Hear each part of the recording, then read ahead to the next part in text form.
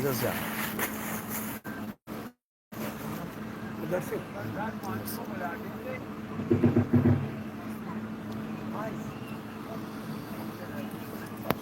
नाम सा चलो जैसे जैसे जैसे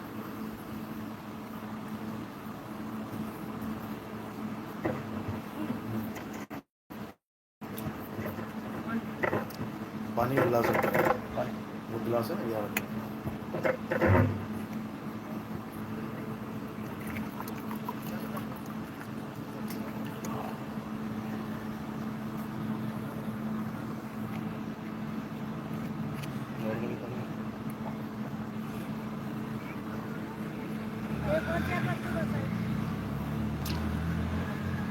साहिब बंदगी सतनाम, थोड़ी आवाज तेज। साहिब बंदगी सतनाम, साहिब बंदगी सतनाम, सतनाम साहिब बंदगी सतनाम, साहिब बंदगी सतनाम। तो आज भिंड में परमपिता परमात्मा के मूल ज्ञान का प्रचार होने जा रहा है। बहुत बड़े भाग होते हैं उन जीवों के जो अपने पूरे जीवन काल में एक जनरेटर चालू कर। अब बंद मत करना, जनरेटर चलने देना। जनरेटर बंद नहीं कर। बहुत काट दियो। अरे मैं हम प्रोग्राम में हैं। लाइट निकाल दो बात। ठीक है।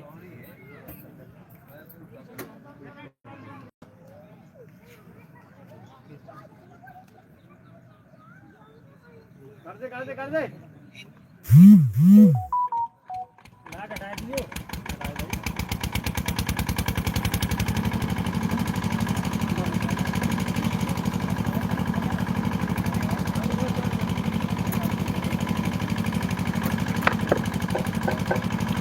साहिब बंदगी सतनाम। तो आज भिंड में परमपिता परमात्मा के मूल ज्ञान का प्रचार होने जा रहा है। बहुत बड़े भाग होते हैं उन जीवों के जो अपने पूरे जीवन काल में एक बार भी इस मूल ज्ञान को सुन पाते हैं, और उससे भी बड़े भाग होते हैं उन जीवों के जो इस ज्ञान को, इस आत्म ज्ञान को थोड़ा सा भी समझ पाते हैं। क्योंकि अगर थोड़ा सा भी समझ में आ गया तो इसका मतलब अब उस जीव की खोज चालू हो जाएगी। अब वो खोजना चालू हो जाएगा कि आखिर सत्य है तो है क्या। क्योंकि युगों युगों से जो हम पकड़ के बैठे हैं, जिस ज्ञान को हम पकड़ के बैठे हैं, उससे हमारी मुक्ति नहीं हो पा रही है। हमें वापस बार बार इस संसार में आना पड़ रहा है, बार बार देह धारण करके इसी संसार में अलग अलग नाना प्रकार की योनियों में भ्रमण करना पड़ रहा है। सतयुग बीत गया, द्वापर त्रेता बीत गया, कलयुग आ गया। आज भी हम यही के यही बैठे हैं। सोचो, सतयुग में हमने कितने नाम जपे होंगे, कितनी भक्ति करी होगी। सतयुग में तो और कोई काम ही नहीं था, भक्ति करते थे लोग। सतयुग में इतनी भक्ति करी, मुक्ति नहीं हो पाई। त्रेता में आ गए, त्रेता में भी खूब हवन यज्ञ किए, खूब पूजा पाठ करी, नाम जपा, मुक्ति नहीं हुई। द्वापर में आ गए, द्वापर में आके फिर वही काम किया, नाम जपा, हवन यज्ञ पूजा पाठ किए, फिर भी मुक्ति नहीं हुई। देखो कलयुग में आ गए। अब कलयुग में भी वही काम कर रहे हैं जो सतयुग द्वापर त्रेता में किया। मुक्ति नहीं होगी, वापस आना पड़ जाएगा। तो अब ये समझना है, ये जानना है कि आखिर वो ऐसा कैसा कौन सा काम है, अगर वो कर लें तो ये जन्म मरण का बंधन टूट जाएगा। उसके बाद हमें वापस इन गर्भ योनियों में नहीं आना पड़ेगा धक्के खाने के लिए। उसके बाद हमें इस काल जाल में नहीं उलझना पड़ेगा जन्मने और मरने के लिए। उसके बाद हम सदा सदा के लिए मुक्त हो जाएंगे, हमारा कोई जन्म मरण नहीं होगा। लेकिन कब नहीं होगा? जब हम इस मूल ज्ञान को समझेंगे, इस मूल ज्ञान को तब तक नहीं समझ सकते जब तक परमात्मा की अपार कृपा ना हो जाए। तो आज मालिक से यही अरदास करेंगे कि बच्चे बच्चे को, गांव के हर एक जीव को ये मूल ज्ञान सत्संग समझ में आए और वो अपना कल्याण करे। चाहे वो कबीरपंथी है चाहे नहीं है, इससे कोई फर्क नहीं पड़ता। चाहे वो हिंदू है, मुसलमान है, सिख है, ईसाई है, इससे कोई फर्क नहीं पड़ता। बस वो विवेकी इंसान होना चाहिए। अगर विवेकी है तो पक्का सत्य को जान लेगा, पकड़ लेगा अच्छे से। क्योंकि हमारे बहुत से शिष्य ऐसे हैं जो सिख धर्म में, मुसलमान हैं, जो ईसाई धर्म में, हिंदू तो है ही है। यानी हमारा ये जो ज्ञान है ये धर्म बंधन से, जात पात के बंधन से, ये ऊंच नीच के बंधन से ऊपर है। यानी केवल सत्य को जान लो, सत्य सबका है और सब सत्य के हैं, सत्य ही परमात्मा है। तो आज का सत्संग शुरू करने से पहले परमात्मा के नाम पे जयकार लगाएंगे, फिर सत्संग शुरू करेंगे।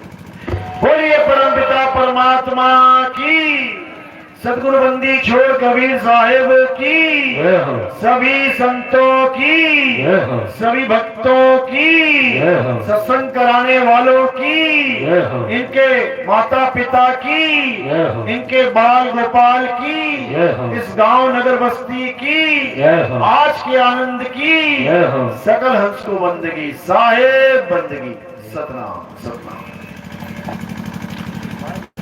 तो परमात्मा बंदी छोड़ फरमाते हैं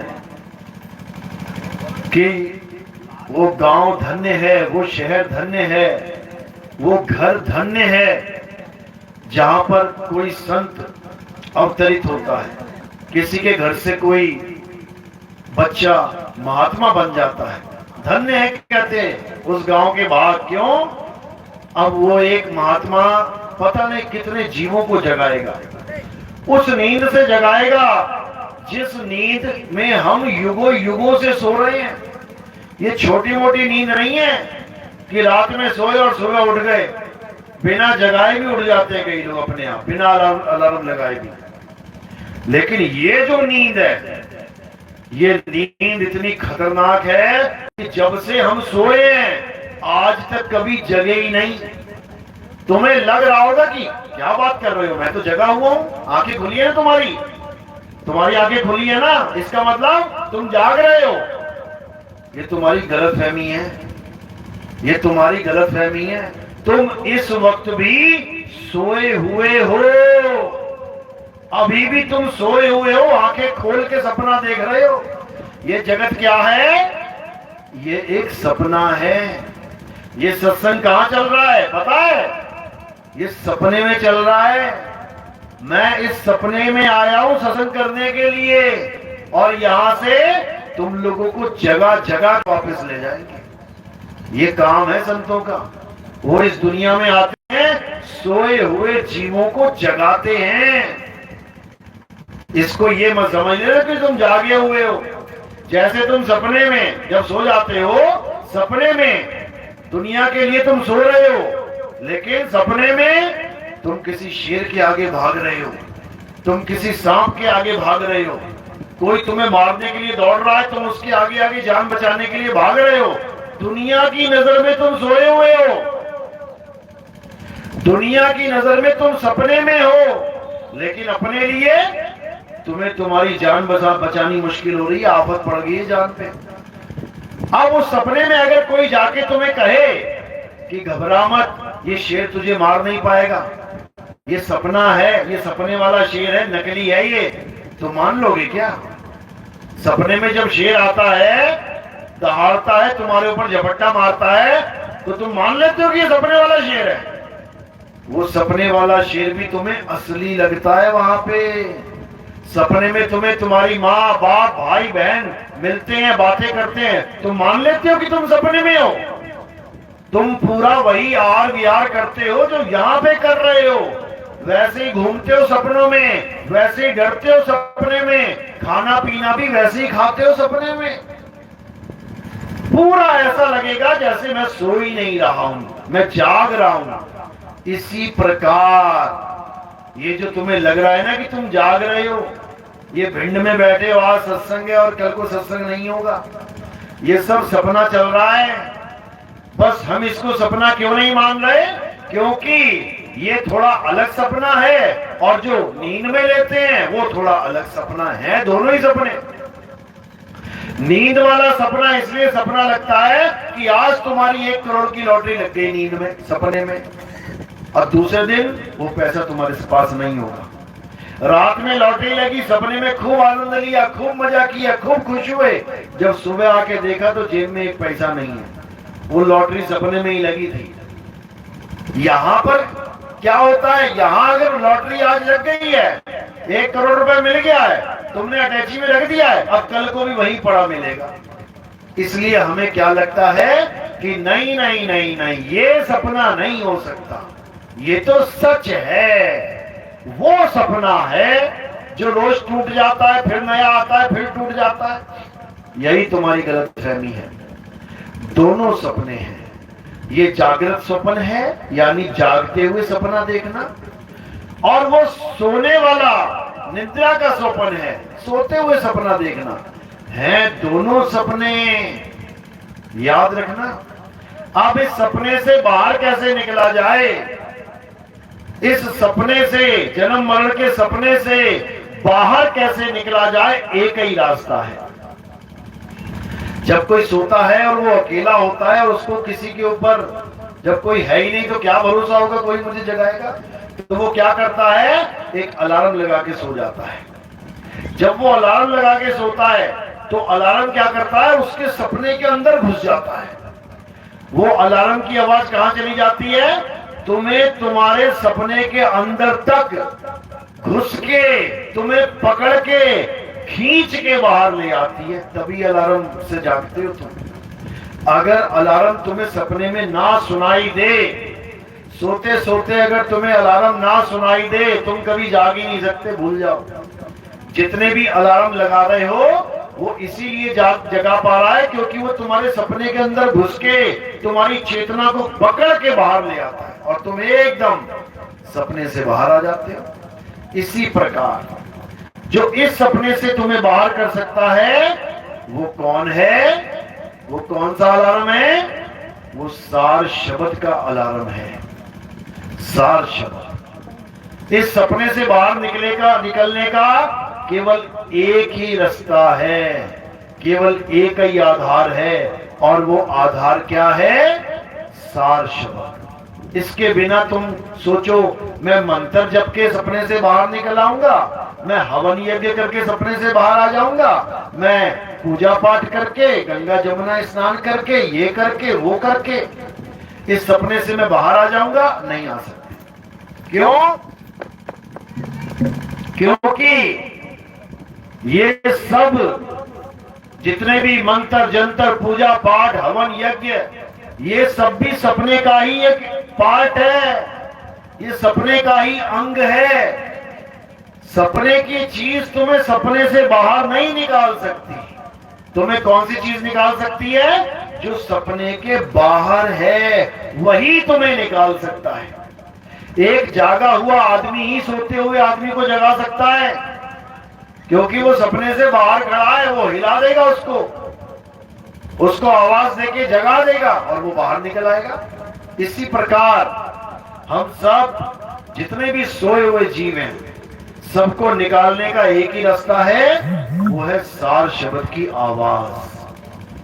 जैसे ही वो सार शब्द की आवाज तुम्हारे जीवन में आएगी, इस सपने में आएगी, तुम्हें इस सपने से एकदम बाहर खींच लेगी। बाहर खींच के क्या होगा?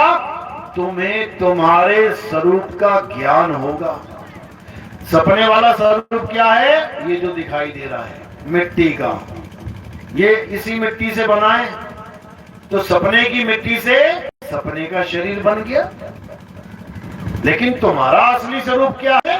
ये मिट्टी नहीं है, ये काया तुम्हारा स्वरूप नहीं है। ये काया तो पंच भौतिक तत्वों से बनी एक काया है, एक मूर्ति है। तुम कौन हो? तुम्हें ये जानना पड़ेगा। और उसके लिए क्या करना पड़ेगा? तुम्हें ऐसे संत की शरण में जाना पड़ेगा जिसने अपनी आत्मा का भेद जान लिया है, जिसने अपनी आत्मा का दर्शन कर लिया है, जिसने अपनी आत्मा को पहचान लिया है। वही तुम्हें तुम्हारी आत्मा का ज्ञान दे सकता है। अन्यथा कोई कहे मैंने इतनी साखियां याद कर ली हैं, कोई कहे मैंने इतने शब्द याद कर लिए, कोई कहे मैंने 1000 बाणियां याद कर ली कबीर साहब की, पूरी रात में बाणियां गा गा के लोगों को जगा सकता हूं। वो किसी काम की नहीं है, किसी काम की नहीं है। क्यों? क्योंकि वो पोथी ज्ञान है। ये पोथी ज्ञान ही अज्ञान है।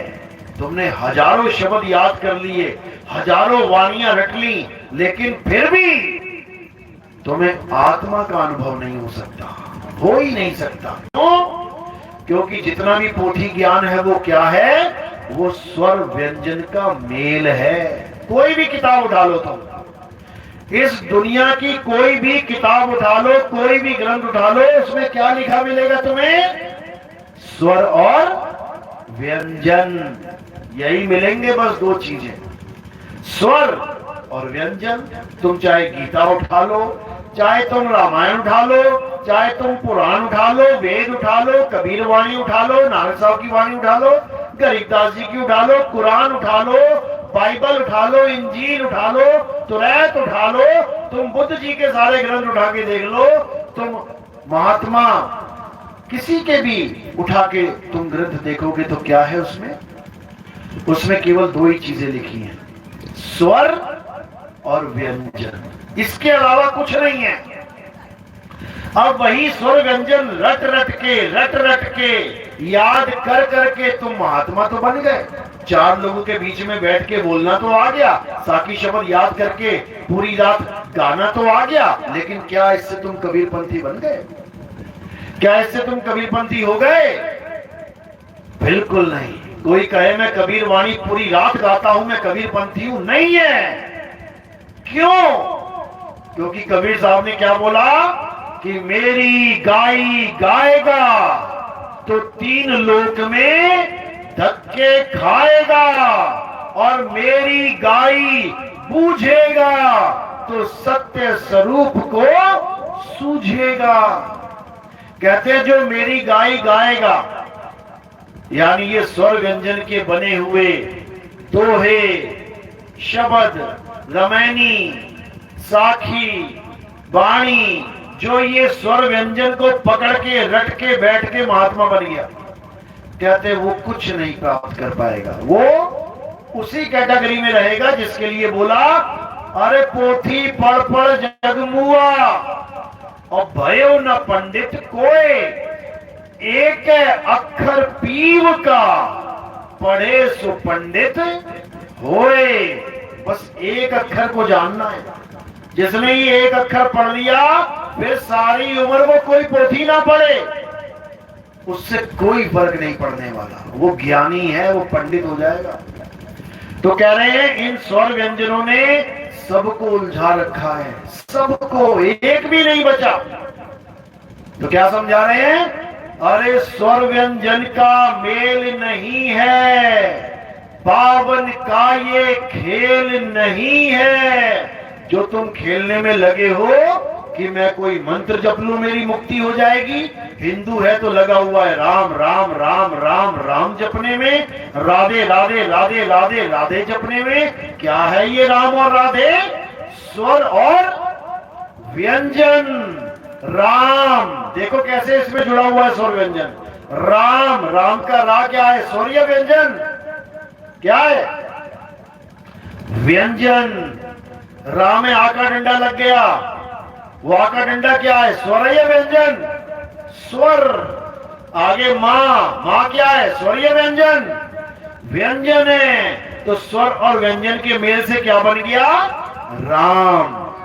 अब जो लोग राम जप रहे हैं वो असल में क्या जप रहे हैं? स्वर और व्यंजन। बस इतनी सी बात समझनी है। कबीरपंथी क्या जप रहे हैं? सतनाम सतनाम। अब देखो इसमें सतनाम, ये सब क्या है? व्यंजन। और नाम में बड़ी आका डंडा लगा दिया, क्या बन गया? स्वर बन गया सतनाम। कबीर, तो का बारा ये हो गए व्यंजन, ई की मात्रा लगा दी, ये हो गया स्वर। करते रहो कबीर कबीर कबीर कबीर, क्या मिलेगा? स्वर व्यंजन ही मिलेंगे, इससे ज्यादा कुछ नहीं मिलेगा। तो कह रहे कबीर कबीर क्या करे? तू खोज आपन शरीर और ये दसों इंद्रियां बस में कर, तू वापे आप कबीर। बस इतना सा खेल समझना है। वो क्या है जो स्वर और व्यंजन से परे है, बस उसको जानना है। और वो क्या है? वो तुम्हारा स्वरूप है, वो तुम्हारा सत्य स्वरूप है, जिसके लिए बोल रहे हैं कबीर कबीर क्या करे? तू खोज आपन शरीर। तो क्या नाम जपने में लग गया भाई? अपने शरीर को खोज, क्या मिलेगा उसमें? शरीर के आसपास ही तुझे आत्मा मिलेगी। आत्मा, आत्मा का नाम सुना है सबने? किस किस ने सुना? हाथ खड़ा कर जरा।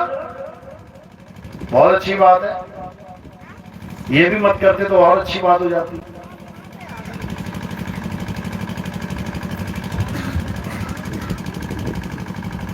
आत्मा ही वो चीज है जिसको हमने खोजना है। हम सब कुछ खोज बैठे हैं संसार में, सुई से लेके हवाई जहाज कैसे बनाना है, हवाई जहाज से लेके अंतरिक्ष यान कैसे बनाना है, सब खोज लिया हमने। किताबें भर ली, भर डाली सारी किताबें खोज खोज के। छोटी सी झोपड़ी से लेके बड़े से बड़ा महल कैसे बनाना है, बड़े से बड़ी ऊंची बिल्डिंगें कैसे बनानी है, बुर्ज खलीफा कैसे बनाना है, ये सब खोज लिया हमने। ये भर दी सारी किताबें। छोटे से छोटे ट्रांजिस्टर से लेके बड़े से बड़ा हैवी कंप्यूटर कैसे बनाना है, बड़े से बड़ा सारा मैकेनिकल सिस्टम कैसे बनाना है, सब खोज लिया। बन गए इंजीनियर। छोटे से छोटी कोशिका से लेके बड़े से बड़ा विज्ञान खोज लिया, बन गए डॉक्टर। सब कुछ बन गए, पर क्या नहीं खोज पाए? जिसकी वजह से ये सब चल रहा है, जिसकी वजह से तुम सारे नाम लिख पा रहे हो, जिसकी वजह से तुम मकान से लेके दुकान से लेके महल अटारी बना रहे हो, जिसकी वजह से तुम मंदिर मस्जिद गुरुद्वारे बना रहे हो, जिसकी वजह से तुम सुबह उठ के मंदिर मस्जिद गुरुद्वारे तक जा पा रहे हो, किसकी वजह से? आत्मा की वजह से। अगर ये आत्मा शरीर को छोड़ दे तो एक उंगली ना हिला पाओगे, चलना तो बहुत दूर की बात है। तो सुबह से लेके शाम तक जितने भी काम कर रहे हो, किसकी वजह से? आत्मा की वजह से। सुबह उठते हो, ब्रश करते हो, नहाते धोते हो, किसकी वजह से? आत्मा की वजह से। और उस आत्मा को ही हम जानते नहीं है, सबसे बड़ा दुर्भाग्य है। यानी जो चीज हमारे पास 24 घंटे रहती है उसको हम नहीं जानते, और जो हमारे पास 1 घंटा 2 घंटे के लिए आ जाए उसकी हम पूरी जन्मपत्री जान लेते हैं। बताओ। तो कबीर साहब यही समझा रहे हैं कि इस संसार में अगर कुछ जानने योग्य है जो तुम्हारी इस भटकना को खत्म कर सकता है, वो क्या है? आत्मा। और उसी आत्मा को जानने के ज्ञान को कहते हैं आत्म ज्ञान, जिसके लिए साहिब समझा रहे हैं जल में मीन प्यासी मोहे देखते आवे हासी, आत्म ज्ञान बिना नर भटके कभी काबा कभी काशी। जो स्थान आपको लगता है कि हमारा सबसे बड़ा धार्मिक स्थान है, हम तो वहां पूजा करने जा रहे हैं, परमात्मा को पाने जा रहे हैं, कबीर साहब उन नामों को लेके कह रहे हैं कि तुम भटकने जा रहे हो। आत्म ज्ञान बिना नर भटके।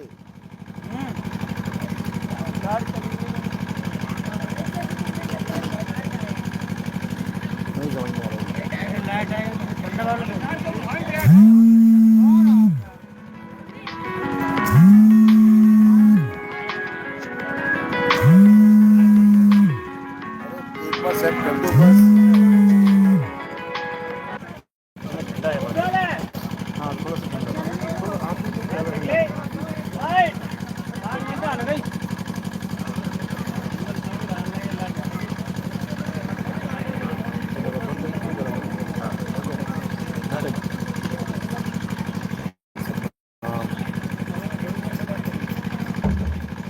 एक बार सेट कर दो, जो दोबारा मत करो।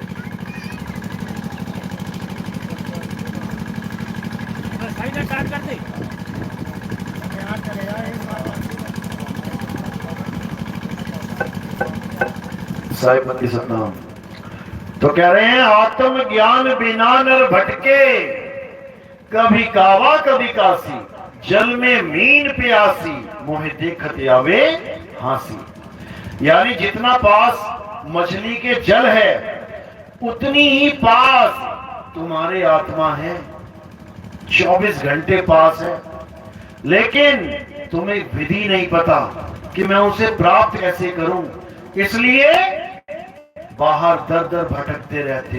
कभी किसी गांव, कभी किसी गांव, कभी किसी शहर, कभी किसी शहर, कभी किसी मंदिर, कभी किसी मंदिर, कभी किसी गुरुद्वारे, चर्च, मस्जिदों में बस भटकना ही भटकना चालू है।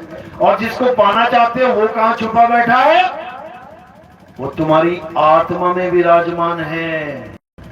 कबीर साहब समझा रहे हैं, जब लगना चीनोगे आत्म, तब लगना मिली है परमात्म। आत्म चीने परमात्म चीने, संत कहावे सोए, और यह वेद काया से न्यारा, पूछे बिरला कोई। ये काया का खेल नहीं है, इसमें ये काया से न्यारा खेल है। यानी ये आत्म देव का खेल है मेरे भाई, आत्म देव का। जब तक अपनी आत्मा को नहीं जानोगे, तुम्हें परमात्मा कभी सपने में भी नहीं मिल सकता। क्यों? क्योंकि परमात्मा का निज स्थान तुम्हारी आत्मा है। तुम्हारी आत्मा में बैठा हुआ है वो। कैसे? जैसे ज्यों तिल माही तेल है और ज्यों चकमक में आग, तेरा साईं तुझ में है, जाग सके तो जाग। अगर तुम जाग सकते हो तो जाग जाओ, इस अज्ञानता की नींद से जाग जाओ। तुम्हारा परमात्मा तुम्हारी आत्मा में विराजमान है। तुम्हें क्या करना है? केवल छोटा सा काम करना है। क्या है? एक आत्म ज्ञानी गुरु के पास जाना है। याद रखो, जपी तपी सन्यासी, इनके पास नहीं जाना। बात आत्म ज्ञानी गुरु की चल रही है, जो तुम्हें आत्मा का ज्ञान समझा दे। जपी तपी सन्यासी की बात नहीं चल रही है। जपी मतलब क्या होता है? जो भगवान के नाम जपता है। हिंदू बाबा मिलेगा तो कहेगा भैया राम राम जपो, राधे राधे राधे राधे जपो, ओम नमः शिवाय ओम नमः शिवाय जपो। मुसलमान मिल गया बाबा कोई, वो कहेगा अरे हटा इसको, ये राम राम नहीं जपना, छोड़ इसको। तो बाबा जी क्या जपे? अल्लाहू अल्लाहू अल्लाहू जपो। अब सिख बाबा मिल जाएगा, वो क्या बोलेगा? कहेगा छोड़ इसको, ना राम राम जपना है ना अल्लाह अल्लाह जपना है। तो बाबा जी क्या जपे? वाहेगुरु वाहेगुरु वाहेगुरु वाहेगुरु वाहेगुरु। समझ लो, सब ऐसे ही मिलेंगे। ये सब कौन है? ये जपी हैं। अपनी अपनी भाषाओं के, अपने अपने धर्म के हिसाब से नाम जपने वाले को जपी कहते हैं। लेकिन कबीर साहब क्या कह रहे हैं? ना मैं जप में, ना मैं तप में, ना एकांत निवास में, मोको कहां ढूंढे रे बंदे, मैं तो तेरे पास में। कहते छोड़ दे ये जप, ये राम राम राम राम जपना, ये राधे राधे जपना, ये अल्लाह अल्लाह, ये वाहेगुरु जपना छोड़ दो। फिर क्या करें? फिर तो भगवान ही छूट गया। भगवान नहीं छूटा, उसका 52 अक्षरी स्वर व्यंजन का मेल वाला नाम छूट गया। छोड़ दो इसको। अब क्या करना है? अब उसको जानना है जिसका ये नाम था। कौन है राम, कौन है अल्लाह, कौन है वाहेगुरु, कौन है गॉड, उसको जानो। वो क्या है? अल्लाह कहते किसे हैं? वाहेगुरु कहते किसे हैं? गॉड कहते किसे हैं? राम कहते किसे हैं? जिस दिन ये समझ में आ गया ना, उस दिन ये सारे धर्मों के लोग, हिंदू, मुस्लिम, सिख, ईसाई, सब एक हो जाएंगे। एक हो जाएंगे। ये धर्म जात पात का बंधन, ये सारा भरम खत्म हो जाएगा। फिर एक खुदा एक बंदगी, एक मालिक एक बंदगी, एक राम एक बंदगी, एक गॉड एक बंदगी, एक वाहेगुरु एक बंदगी। बस नाम तुम कोई भी रख लेना, उसका तुम्हारी मर्जी है, लेकिन उसकी बंदगी करना सीखना है।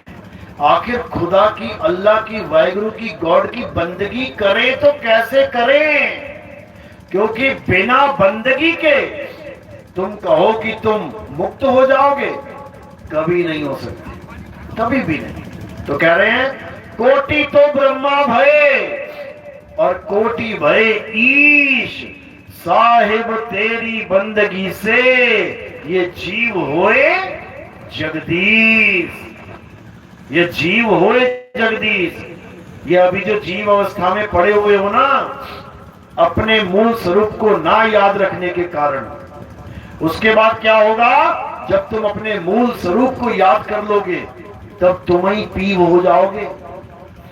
फिर ये जीव वाला चक्कर खत्म हो जाएगा, फिर ये जीव नहीं रहेगा, ये पीव हो जाएगा। अभी ये जीव बना बैठा है, बंधन में है, अभी इसे पीव नहीं मिला। जिस दिन पीव मिल गया, ये फिर जीव नहीं रहेगा। क्या कह रहे हैं? अरे बहु बंधन में बांधिया एक बेचारा जीव, और केवल छूटे आपने जो न छुड़ाए पीव। ये पीव और जीव की कहानी है मेरे भाई। जिसको ये समझ में आ गई, फिर वो इस सपने में नहीं रहेगा, वो निकलेगा सपने से। जिसको ये एक बार समझ में आ गई कि मैं किस काल जाल में फंस गया हूं, फिर वो पक्का निकलेगा। अभी तो हमें ये लग रहा है अरे भगवान ने बनाई है दुनिया, हमारे रहने के लिए बनाई है, परमात्मा ने सृष्टि बनाई है, हमारे रहने के लिए, तुम्हारे रहने के लिए, मजे करने के लिए बनाई है। ये तुम्हें लग रहा है मेरे भाई। जैसे कसाई 1000 बकरों को अपने बाड़े में रखता है, बकरे बकरियों को। अब बकरे बकरियां ये नहीं जान रहे कि कहां फंसे हैं, वो अपने बीवी बच्चे बना रहे हैं, बच्चे पैदा कर रहे हैं उसी जेल में, और आनंद में रह रहे हैं। उनके लिए तो मौज लगी है। कसाई आता है, घास डालता है, खाते हैं, पीते हैं, बच्चे पैदा करते हैं, उनको और क्या चाहिए। अब वो ये सोच रहे हैं कि ये कसाई देखो कितना प्यारा है, कितना दयावान है, दयालु है, हमारे लिए रोज घास फेंक के जाता है, हरी हरी नरम नरम घास। अब कसाई उन्हें भगवान लग रहा है, और वो सब कसाई को भगवान मान बैठे हैं जिसने ये सृष्टि बनाई है। समझ लो, जिसने ये सृष्टि बनाई है, ये हमें भगवान दिखाई दे रहा है। जबकि इस सृष्टि में ही पता नहीं कौन से खेत में, पता नहीं कौन से चौक पे, पता नहीं कौन सी जगह पे हमारे शरीर के चिथड़े उड़ने वाले हैं। किसी का एक्सीडेंट हो जाएगा, किसी के ऊपर पूरी बिल्डिंग गिर जाएगी, कोई भूकंप आएगा, धंस जाएगा जमीन में, कहीं दलदल में कोई गिर जाएगा, कोई बचाने वाला नहीं, उसी में डूब डूब के मरेगा। कोई गलती से पहाड़ से गिर जाएगा, कोई किसी कुएं में गिर जाएगा, हफ्ता 2 हफ्ता चीखता चिल्लाता रहेगा, फिर मर जाएगा, कुएं में सड़ जाएगा, हड्डियां पड़ी होंगी वहां पे। बड़ी अच्छी दुनिया बनाई परमात्मा ने। एक पल का नहीं पता इस दुनिया में कब क्या हो जाए, फिर भी ये मान के बैठे हैं कि ये परमात्मा ने बनाई है। अरे भाई, अगर ये दुनिया परमात्मा ने बनाई है तो काल ने क्या बनाया है? काल ने क्या बनाया है फिर? यही बता दो। परमात्मा की सृष्टि मान के बैठ गए तो काल भगवान ने कौन सी सृष्टि बनाई है? यही बता दो। नहीं समझ में आ रहा, अभी नहीं समझ में आ रहा। जब अंत समय आने वाला होगा ना, और जब तुम्हारी छाती पे आके वो बैठ जाएगा और केवल तुम्हें ही दिखाई दे रहा होगा और किसी को नहीं। मरता है ना कोई गांव में, देखो क्या बोलता है, अरे आ गया मुझे लेने, आ गया मुझे लेने, आ गया मुझे बचाओ। अब उसके बीवी बच्चे भाई बहन क्या कह रहे हैं? अरे यहाँ तो कोई नहीं है।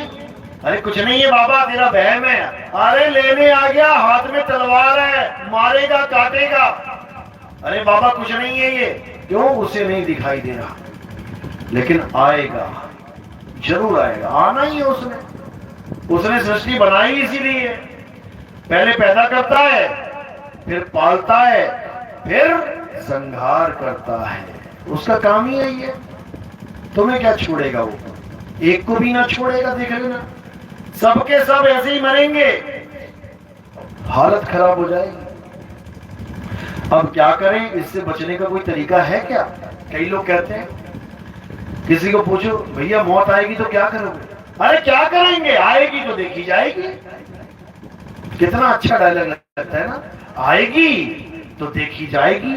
और जब आती है फिर लोगों की मुंह की तरफ देखता है, मैं करूं तो करूं क्या, अब जाऊं तो जाऊं क्या। अब जैसे कोई कह दे किसी की किडनी फेल हो गई, लीवर फेल हो गया, मरने वाला है बेचारा, कोई कह दे ना, वो बाबा बैठा है वहां पे, है मुसलमान, जाके एक बार मन्नत मांग ले, ठीक हो जाएगा, ताबीज बांध देगा, ठीक हो जाएगा। अब भूल जाएगा सारे धर्म वर्म, मैं हिंदू हूं, मैं हिंदू हूं। अब कब भाग रहा है? अब वो मुसलमान बाबा की तरफ भाग रहा है, कोई ताबीज वाबीज बंधवा के लेके आ रहा है। क्यों? ये जान बड़ी प्यारी है मेरे भाई, ये जान बहुत प्यारी है। इसको इतना प्यार करता है, इतना प्यार करता है कि सारी उम्र की कमाई भी अगर डॉक्टर मांगे ना कि तू तब जिंदा रहेगा, 50 लाख का ऑपरेशन होगा तेरा, कहेगा ले ले भाई 50 लाख ले ले भाई। सारी कमाई, क्यों? जान है तो जहान है। जो 50 रुपया ना दे रहा था किसी को, वो 50 लाख रुपए दे देगा इस काया से ना निकलने का। अगर कोई इसको बोल दे कि तू काया छोड़ के नहीं जाएगा, 50 लाख भी दे देगा। इतना प्यार है इस काया से, तो क्या बचेगी क्या? 50 लाख देके बच जाएगा क्या? चलो बच भी गया 1-2-5 साल के लिए, उसके बाद फिर वही सिस्टम चलेगा, फिर उसी चौक पे आके खड़ा हो जाएगा जिससे घूम के गया था, वहीं पे आके पहुंच जाएगा, मौत फिर सामने खड़ी है। बताओ कब तक बचोगे? अरे बकरे की मां कब तक खैर मनाएगी? कभी तो छुरी के नीचे आएगी, कभी ना कभी तो आएगी ना। बस समझ लेना, जैसे आज आई है वैसे ही कल आएगी। जितना दुख आज हो रहा है उतना ही कल होगा, जितना भय आज लग रहा है उतना ही कल लगेगा। ये बिल्कुल निश्चित है, इसमें कोई दो राय नहीं है। अब इससे बचना चाहे तो क्या करना है? कोई कहेगा अरे मौत से कैसे बच सकते हैं, क्या बात कर रहे हो आप? बिल्कुल बच सकते हैं, और लोग बचे हैं, 101% बच सकते हैं। एक बार एक आदमी था, सत्संगों में जाता था, सत्संगों से पता लगा कि जन्म मरण एक बंधन है, जन्म मरण में नहीं फंसना चाहिए। तो उसको इतनी बात समझ में आ गई कि मृत्यु ही सबसे बड़ा दुख है। अब चला खोजने कि कोई ऐसा मुझे मिल जाए, कुछ ऐसा मुझे बता दे कि मैं मरूं ना कभी। पहुंच गया महात्माओं के पास, बड़े बड़े महात्मा बैठे। कहता महाराज जी सुना है संत महात्मा कुछ भी दे सकते हैं। तो महात्मा जी बोले बिल्कुल सही सुना है, कुछ भी दे सकते हैं, मांगो क्या मांगते हो? कहते बस मैं एक चीज मांगना चाहता हूं। बोले क्या? कहता मैं कभी मरूं ना।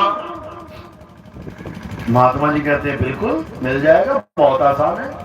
बहुत खुश हो गया, कहता सच में मिल जाएगा? बोले हाँ बिल्कुल। अरे आपको मैं सारी दौलत दे दूंगा अपनी, मुझे वो विधि बता दो बस कि मैं मरूं ना। कहते तेरी दौलत की जरूरत नहीं है हमें, तू हमसे विधि ले ले फ्री में। कहता महाराज जी बता दो। तो महाराज क्या कहते हैं, अगर तू कभी नहीं मरना चाहता तो तू कभी जन्म मत लेना, क्योंकि तू जन्म लेगा तो तू कभी मरेगा ही नहीं। तो वो कहता महाराज जन्म तो मैंने ले लिया है। कहता तो बेटा मरेगा भी पक्का, लेकिन तू अगली बार जन्म मत लेना, तो पक्का नहीं मरेगा। उसकी विधि तुझे बता देता हूं मैं, समझो बात को। बस यही एक विधि है कि तुम उस विधि को अपना के अमर हो सकते हो। अमर, हनुमान जी का नाम सुना ही है सबने। सारे देवताओं में केवल एक देवता जिसको अमर बोला जाता है, वो कौन है? हनुमान जी हैं। सोचो, हनुमान जी के प्रभु राम अमर नहीं हो पाए, जल में समाधि लेनी पड़ गई। वही राम जी कृष्ण जी बन के आए, अमर ना हो पाए, पैर में तीर लगा, शरीर छूट गया। तो हनुमान जी अमर कैसे हो गए? कैसे हुए पता है? वही विधि जान के जो वो आदमी जानना चाहता था। हनुमान जी को वो विधि कहां से मिली? गुरु जी से मिली। कौन से गुरु जी थे हनुमान जी के? उनका नाम था, क्या नाम था पता है किसी को? मुनिंद्र साहेब। मुनिंद्र, त्रेता में मुनिंद्र साहेब के नाम से कौन आया था? कौन? कबीर साहब। कबीर साहब चारों युगों में चार नाम से आते हैं। सतयुग में सतसुकृत, त्रेता में मुनिंद्र, द्वापर में करुणामय और कलयुग में कबीर। इन चारों नाम से वो चारों युगों में आते हैं। क्यों आते हैं? जीवों को अमर करने के लिए। अमर। बड़े बड़े राक्षस भक्ति करते थे, बड़े बड़े राक्षस नाम जप के ब्रह्मा विष्णु महेश को सामने प्रकट कर देते थे। और क्या मांगते थे? पहला वरदान क्या होता था? क्या मांगते थे? हे भगवान मुझे अमर कर दो। सब यही मांगते थे। तो क्या किसी को अमरता का वरदान दे दिया? ना भोले शंकर ने दिया, ना विष्णु जी ने दिया, ना ब्रह्मा जी ने दिया। क्यों नहीं दिया? क्या बोलते थे? वो कहते थे भाई अमर हम नहीं है, तुझे कहां से अमर कर दूं? अरे हमारी भी जन्म और मृत्यु निश्चित है, हमारे दिन निश्चित हैं, तो तुझे अमर कैसे कर दूं? कुछ और मांग ले। तो वो क्या मांगता था? बुद्धि लगाता था, क्या मांगू क्या मांगू क्या मांगू। फिर क्या मांगता था? मुझे स्वर्ग का राजा बना दो, मुझे 3 लोक का राजा बना दो, मुझे वो दे दो, मुझे ये दे दो। मांग लेते थे जितनी बुद्धि थी। एक ने बड़ी बुद्धि लगाई, एक्स्ट्रा। कहता अच्छा तुम मुझे मरता का वरदान नहीं देते हो, चल बेटा मैं मांगता हूं, अब बताता हूं। तो क्या हुआ? जब ब्रह्मा जी बोले हाँ वरदान मांगो, तब वो क्या मांग रहा है? कहता मैं घर के अंदर ना मरूं, मैं बाहर ना मरूं, मैं धरती पे ना मरूं, मैं आसमान पे ना मरूं, मैं अस्त्र से ना मरूं, मैं शस्त्र से ना मरूं, मैं आदमी से ना मरूं, मैं जानवर से ना मरूं, मैं दिन में ना मरूं, मैं रात में ना मरूं। देखो कितनी बुद्धि दौड़ाई उसने, कितनी बुद्धि दौड़ाई, लेकिन फिर भी मारा गया। क्यों? फिर नरसिंह अवतार ने शरीर धारण किया। नरसिम्हा भगवान ने शरीर धारण किया, खंबा फाड़ के निकले, फिर उसको ना धरती पे ना आसमान में, बीच में जांग पे रख के, ना अस्त्र से ना शस्त्र से, नाखूनों से उसको फाड़ा, ना घर में ना घर के बाहर, चौखट पे रख के उसको मारा। ना दिन में ना रात में, शाम के समय उनको मारा। ना आदमी ना जानवर की योनि, अर्ध आदमी अर्ध जानवर की योनि में आके मारा। मारा तो तब भी गया, मारा तो तब भी गया। इससे अच्छा तो अगर अमरता का वरदान चाहिए था तो किसी संत महात्मा से पूछ लेता अमर कैसे होते हैं। बात खत्म हो गई थी। तो कबीर साहब यही समझा रहे हैं, अरे बचना चाहो काल जाल से तो चीनो शब्द हमारा, और कहे कबीर अमर कर राखूं जो निज होए हमारा। कहते मैं बताता हूं तुझे अमर कैसे रहना है, ये काल भगवान नहीं बताएगा तुझे, ये देवी देवता नहीं बताएंगे तुम्हें, ये कोई नहीं बता सकता तुम्हें। कौन बताएगा? मैं बताता हूं। चारों युगों में यही बताने के लिए तो आता हूं मैं, लेकिन लोग उनको समझ नहीं पाते। उनको सोचते अरे ये तो कवि था, 5वीं 6वीं 7वीं 8वीं 10वीं में हमने इसकी खूब कविताएं पढ़ी है, कवि था ये तो। जैसे हरिवंश राय बच्चन है, जैसे तुलसीदास हैं, जैसे कालिदास कवि हैं, अरे ये भी कवि था एक। बस कोई ज्यादा से ज्यादा क्या मान लेगा, अरे ये समाज सुधारक था, ये समाज की कुरीतियों को खत्म करते थे ये, और इससे ज्यादा कुछ नहीं है। क्योंकि ये लोग कबीर साहब को कभी समझ ही नहीं सकते। इसीलिए कबीर साहब ने बोला, अरे लाखन में कोई समझ न पई है और कोटि मध्य जानेंगे, कहे कबीर सुनो भाई साधो हमें बिरले हंस पहचानेंगे। कहते मुझे बिरले हंस पहचानते कि मैं क्या हूं, क्योंकि ना तो मैं मां बाप के द्वारा इस संसार में आता हूं और ना ही मैं अपना शरीर छोड़ के इस संसार से जाता हूं। संतों अविगत से चला आया, कोई मेरा भेद मर्म ना पाया, ना हम लीना गर्भ बसेरा, बालक होए दिखलाया, संतों अविगत से चला आया। मैं यहां पर अविगत से आता हूं। अविगत यानी आम भाषा में उसको तुम सतलोक कह दो, और संतों की भाषा में उसे अपना स्वरूप कह दो। यानी मैं अपने स्वरूप से आता हूं, तुम्हें चेताता हूं और अपने स्वरूप में ही समा जाता हूं। मेरा स्वरूप क्या है? मेरा स्वरूप सार शब्द है, वही है मेरा स्वरूप।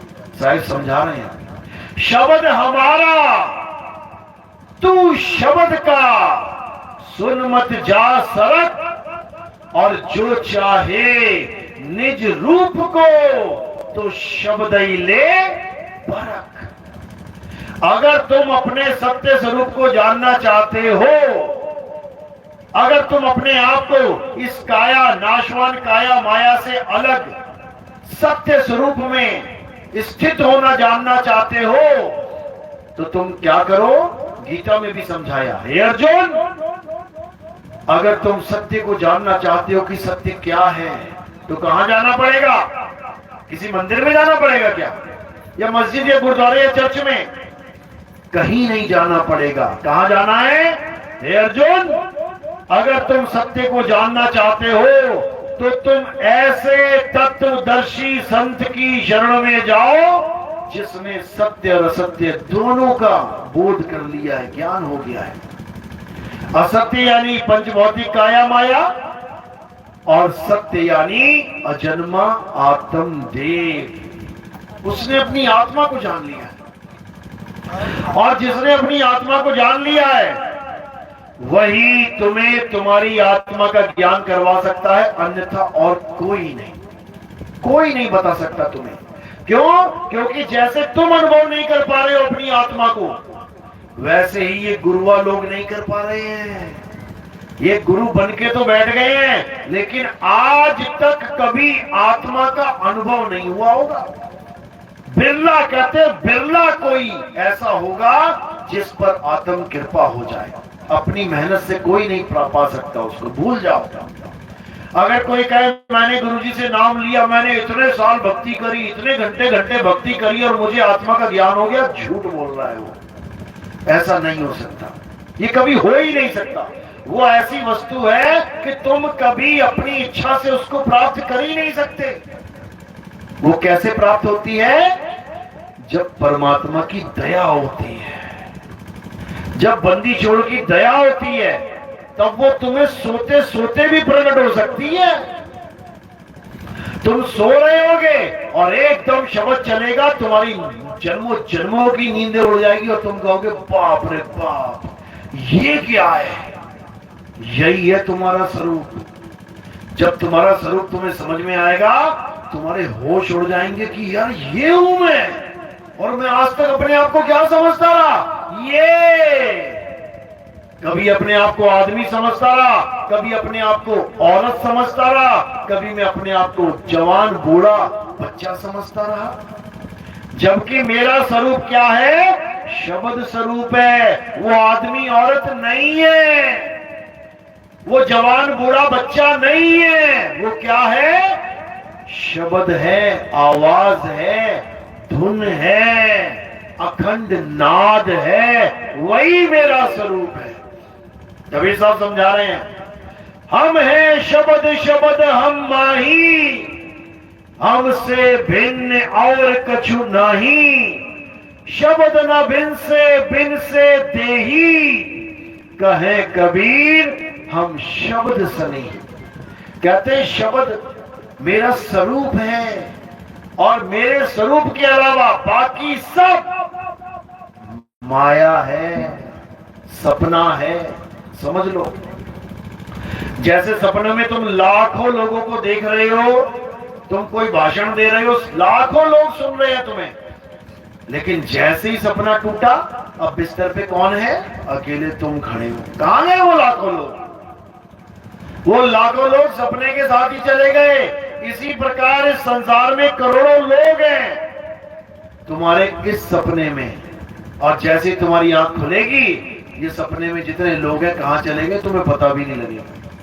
इसी को साहिब ने बार बार समझाया है कि आए हैं तो जाएंगे, राजा रंक फकीर, एक सिंहासन चढ़ चले, एक बंधे जंजीर। जिसको तो ऐसा गुरु मिल गया जो उसे सपने से निकलने का भेद समझा दे, वो तो निकल गया मालिक की दया से, सिंहासन के ऊपर बैठ गया, एक सिंहासन चढ़ चले। और जिसको यही नहीं समझ में आया कि इस सपने से, इस चक्रव्यूह से निकलना कैसे है, वो अभिमन्यु की तरह दर्दनाक मौत को प्राप्त करेगा। अभिमन्यु, जिसको घुसना तो आता था चक्रव्यूह में, लेकिन निकलना नहीं आता था। इसी प्रकार तुम भी घुस तो गए हो, देखो चक्रव्यूह में घुसे बैठे हो, कभी आदमी बन के, कभी औरत बन के। और इस चक्रव्यूह में एक चक्र और है, वो क्या है? 84 का चक्र। यही है चक्रव्यूह। इसी 84 के चक्रव्यूह को तोड़ना है, भेदना है, और क्या करना है? इस चक्रव्यूह से बाहर आ जाना है। बाहर आओगे तो काम बनेगा, बाहर आओगे तो हर चीज जो तुम प्राप्त करना चाहते हो प्राप्त होगी। और बाहर नहीं निकल पाए तो मेरे भाई बहुत बड़ी दिक्कत होने वाली है। अभी तुम्हें नहीं समझ में आ रहा, ये मृत्यु जब होगी तो तुम समझ नहीं पाओगे मैं करूं तो करूं क्या।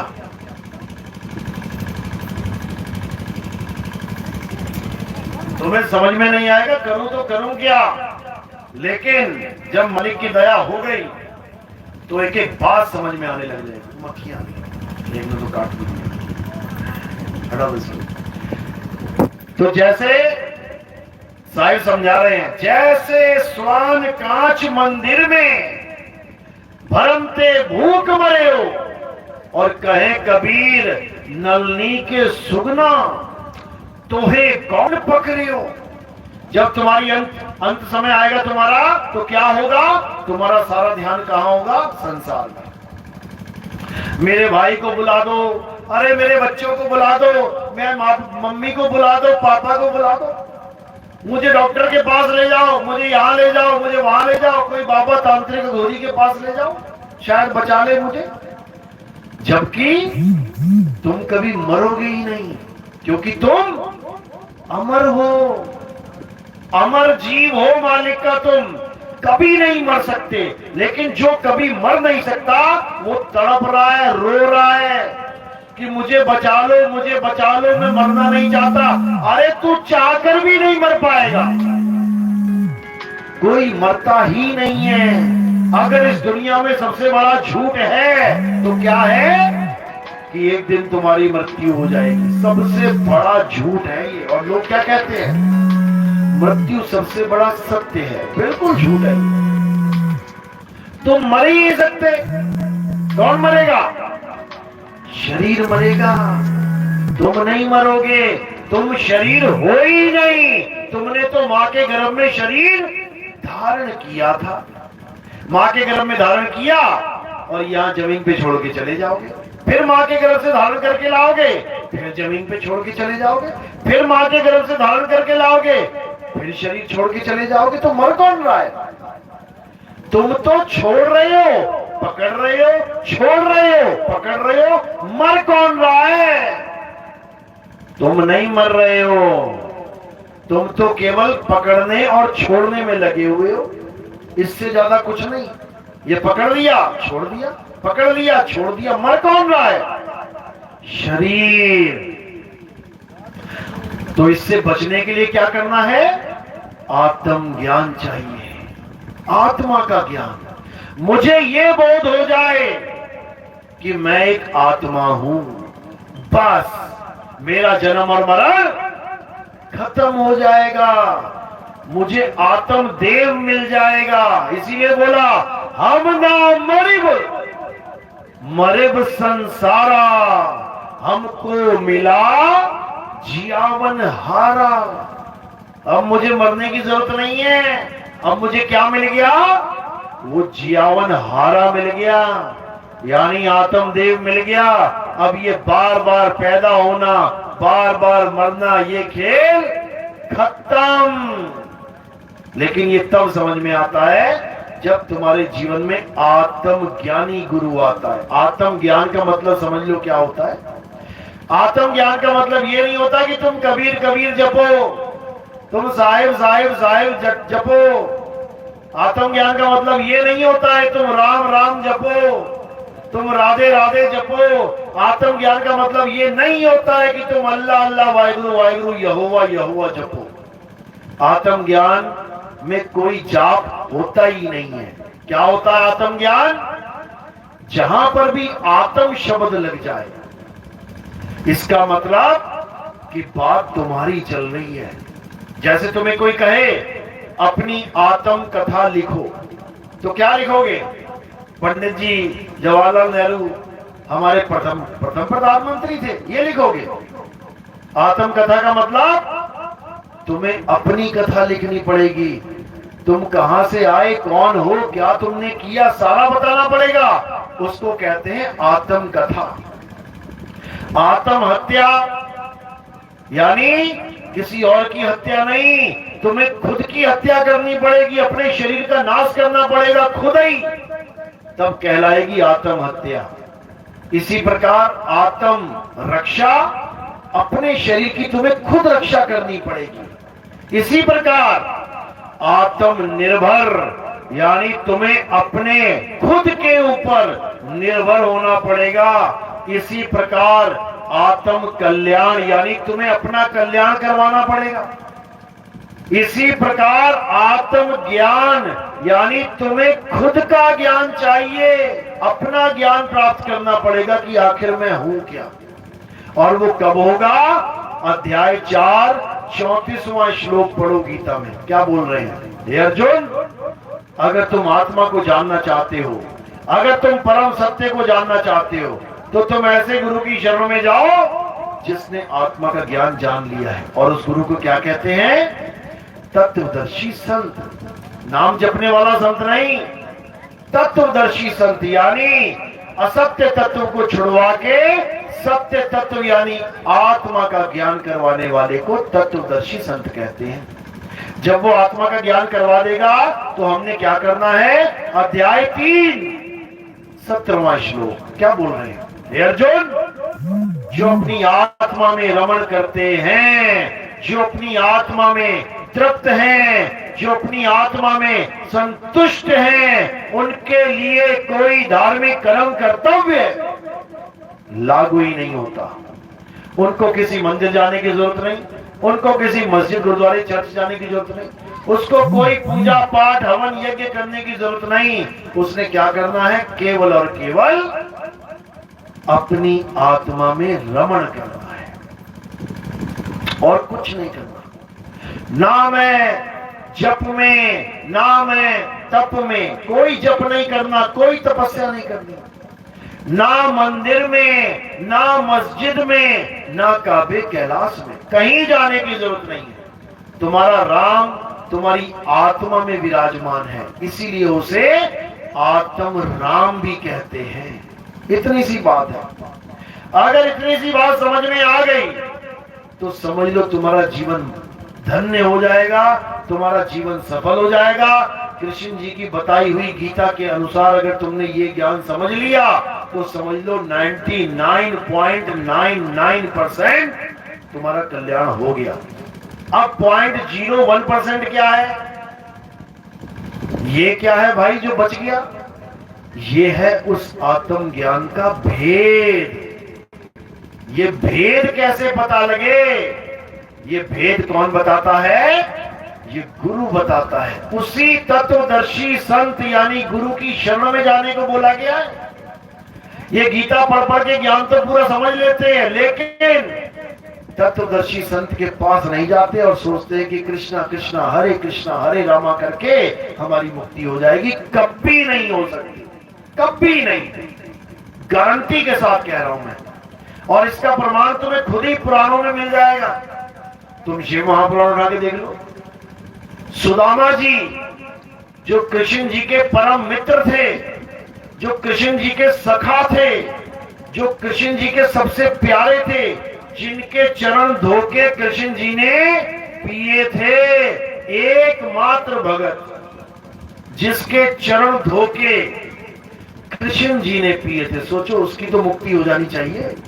अरे उसका तो कल्याण होना चाहिए। वो दोस्त भी है, सखा भी है, सहपाठी भी है, एक ही गुरु के पास दोनों थे, वो परम भगत भी है, तब भी उसकी मुक्ति नहीं हो पाई, बल्कि गोलोक में जाने के बाद उसे राक्षस जन्म लेना पड़ गया। सुदामा को सोचो,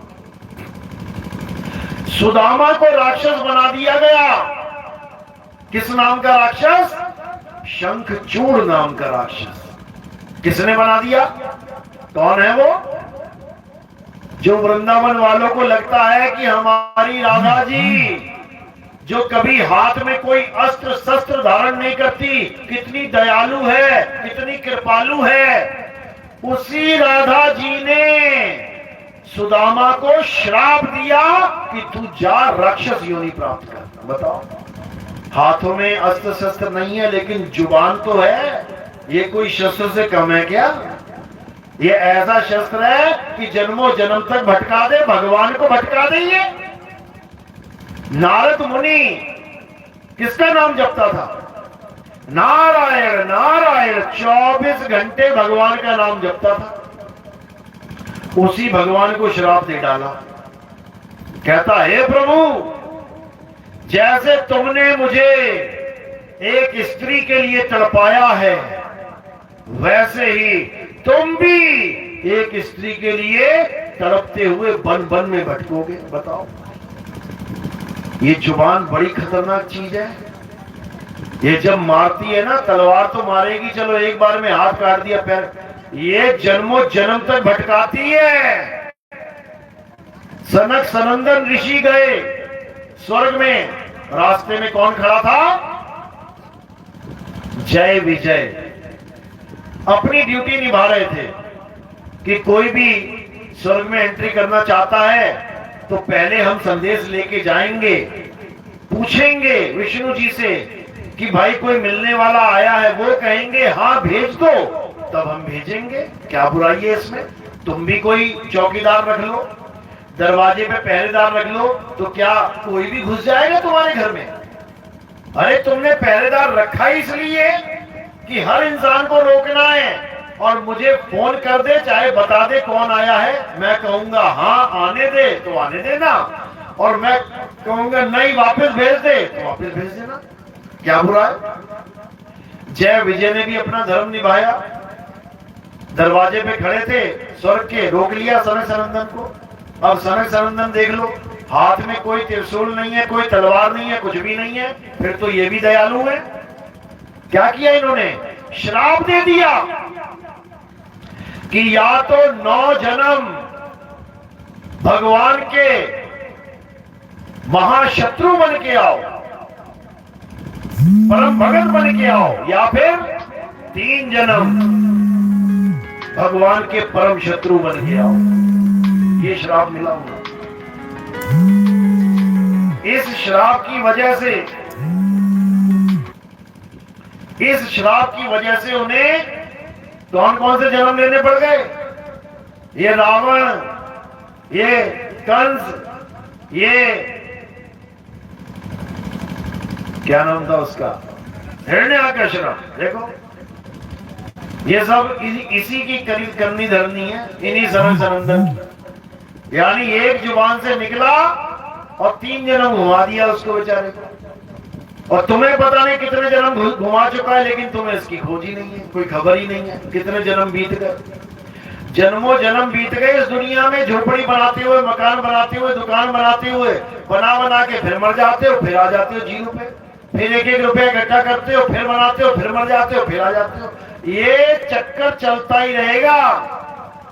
इस चक्कर से बचने का एक ही उपाय है कि उस सार शब्द को जान लो, उस गुप्त भेद को पहचान लो, उस आत्म ज्ञान को जान लो। उसके बाद अरे ना कहीं आना और ना कहीं जाना, आपे में आप समाना, रूप में रूप समाना, तब समझ लो कल्याण हो जाएगा। नहीं तो ये चक्कर चलता ही रहेगा मेरे भाई, भटकते ही रहोगे। तो इसीलिए संतों की शरण में जाओ। संत मेरे सभी बड़े, अपनी अपनी ठौर पर शब्द विवेकी पारखी, सो माथे का मोर। जो शब्द विवेकी पारखी संत होगा, सिर पे उसी को बैठाना है।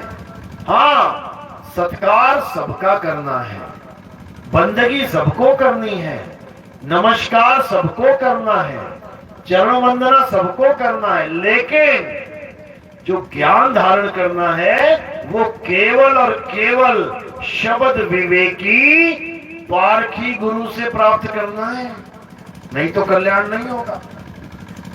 तो इसी को समझना है, आत्म ज्ञान को जानना है। और आगे के सत्संग सुनने के लिए हमारे YouTube चैनल कहत कबीर सुनो भाई साधो नितिन दास पे आप सुन सकते हैं, या आप लिखेंगे YouTube पे नितिन दास के सत्संग, तो हजारों सत्संग आ जाएंगे सामने। सुनते जाओ, विवेक बढ़ाते जाओ, सुनते जाओ, परम सत्य को जानते जाओ, और जब लगे कि हाँ यही सत्य है, उसके बाद नाम दीक्षा लेके भक्ति स्टार्ट करो, क्योंकि समय बहुत कम है। ये तुम्हें लग रहा है कि अभी मैं कई साल जीऊंगा, तुम्हारी आंखों के सामने लोग चलते चलते गिरेंगे, चलते चलते तुम कहोगे अभी तो खड़ा था अच्छा खासा, ले ये तो चला ही गया। तुम्हारी गोदी में बैठे बैठे लोग चले जाएंगे, देख लेना यही होगा। और ये होना शुरू हो चुका है। गांव गांव में अटैक आने शुरू हो गए हैं लोगों को, खेतों में जा रहे हैं, खेत में गिर पड़ रहे हैं, साइकिल चलाते चलाते, मोटरसाइकिल चलाते चलाते, एक तो घोड़े पे बैठा है दूल्हे राजा, वो घोड़े पे ही टेढ़ा हो गया, समझो। बस वाला बस चलाता हुआ मर जा रहा है अटैक से, वो तो मरा मरा, पीछे 52 बंदे बैठे हैं सीटों पे, वो भी मरे। तो भाई बहुत खतरनाक समय आने वाला है। अब ये लंबे लंबे ख्वाब देखना बंद कर दो कि मैं दादाजी बनूंगा, परदादाजी बनूंगा। बस यही कुछ सालों का खेल है, इसी में निकलने की तैयारी कर लो। ये जमीन वमीन से, ये मकान दुकान से ठीक है, करो खेती बाड़ी करो, लेकिन मोह भंग कर लो। मोह भंग करना क्या होता है? जैसे तुम किराए की गाड़ी लेके आते हो, खूब घूम रहे हो उसमें, 5 दिन के लिए किराए की गाड़ी ले ली, खूब घूम रहे हो, खूब दिखा रहे हो मेरे पास गाड़ी है, मेरे पास गाड़ी है, खूब फोटो खिंचवा रहे हो, लेकिन 5 दिन के बाद मोह भंग करके वापस कर देना उसे।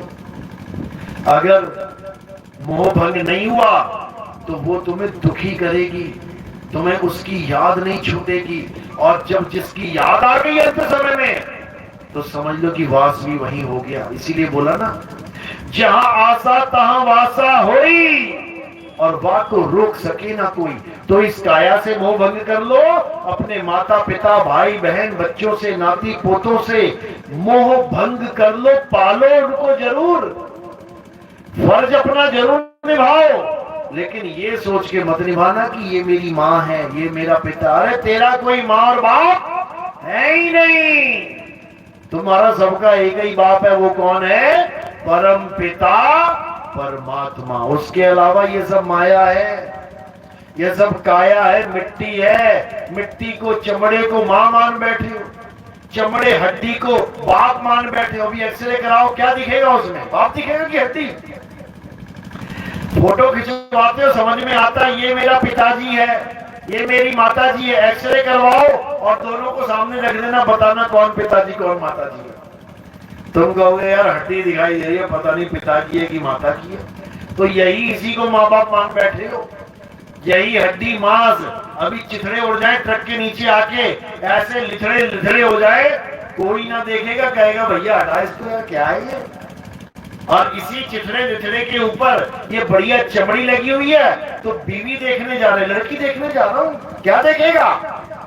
हड्डी मांस चमड़ा बाल खाल, और क्या देखेगा? तो ये चमड़े का जगत है मेरे भाई, और ये चमड़ा मुर्दा है, जीवित तो केवल दिखाई दे रहा है आत्मा की वजह से। ये जो तुम खा रहे हो ना, जबड़ा हिल रहा चबा चबा के, किसकी वजह से? आत्मा की वजह से। नहीं तो ये जबड़ा चबा नहीं सकता। जब आत्मा निकल जाती है, पंडित जी डालता है घी मुंह में, चबाने लग जाता है क्या? ना चबेगा कुछ भी। केवल आत्मा की वजह से मुंह हिल रहा है, आंखें चल रही हैं, कान सुन रहे हैं, शरीर दौड़ रहा है। और आत्मा ने शरीर को छोड़ा तो क्या बचा? मिट्टी बची है। तभी कहते हैं यार मिट्टी में जा रहा हूं भाई, मिट्टी में जा रहा हूं, यानी मिट्टी को मिट्टी में दफनाने जा रहा हूं। तो इस माया जाल से, इस काल जाल से बचना है तो आत्म ज्ञानी गुरु की शरण में जाओ, तभी कल्याण होगा। चलो, तो आज का सत्संग समाप्त करते हैं। अगला सत्संग हमारा शमशाबाद में है, आगरा के पास। लाइव में जो भी देख रहे हैं, जो भी वहां आना चाहता है आ सकता है। बस कुछ ही क्षणों में वहां पहुंचेंगे और उसके बाद सत्संग शुरू करेंगे। बोलिए परम पिता परमात्मा की, सदगुरु बंदी छोड़ कबीर साहिब की, सभी संतों की, सभी भक्तों की, आज के आनंद की, सकल हंस को बंदगी, साहेब बंदगी सतनाम। अब आरती होगी। आरती कैसे होती है समझ लो। हमारे यहाँ आरती आत्मदेव की आरती होती है। हमारे यहाँ आरती किसी जड़ वस्तु की, फोटो की, कैलेंडर की, पत्थर की, इनकी नहीं होती है। क्यों नहीं होती है? पत्थर गिर जाए, कैलेंडर गिर जाए, फोटो गिर जाए तो उठ के बैठ नहीं सकती अपने आप। कौन उठाएगा? जिसमें आत्मा है वही उठा सकता है। तो आत्मा ही जब सब कुछ कर रही है, आत्मा ही पत्थर का भगवान बना के मंदिर में स्थापित कर रही है, आत्मा ही पूजने आ रही है, आत्मा ही फूल चढ़ा रही है, आत्मा ही भोग लगा रही है, आत्मा ही नहला धुला रही, सब कुछ आत्मा ही कर रही है, तो भगवान पत्थर कैसे हो गया? या तो भगवान सब कुछ कर रहा होता। तो भाई पत्थरों से ऊपर उठो और आत्म देव को जानो। चलो अब आरती लगा लो। जय आरती सतनाम की कीजिए। आरती लगा लो मोबाइल में, ब्लूटूथ से अटैच कर लो और रिपीट में लगा लेना। लिखो आरती सतनाम की कीजिए। हमारे यहाँ जो आरती होती है वो किसकी होती है? सतनाम की।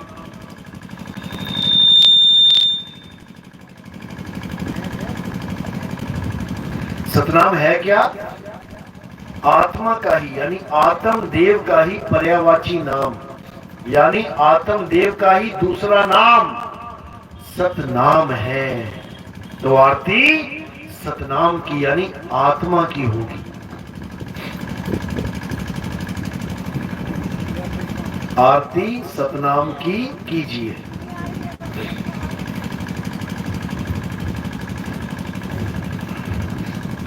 इसके बाद सत्संग चलता रहेगा। जो भी आगे आप लोग करना चाहते हैं, मैं तो निकल जाऊंगा, आगे का प्रोग्राम है, और आप लोग अपना जो भी करना चाहे करें।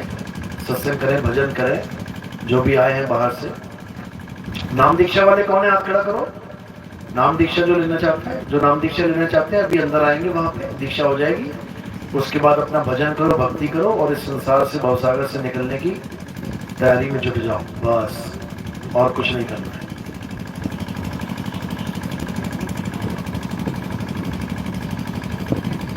ब्लूटूथ से जोड़ो, ब्लूटूथ से जोड़ो।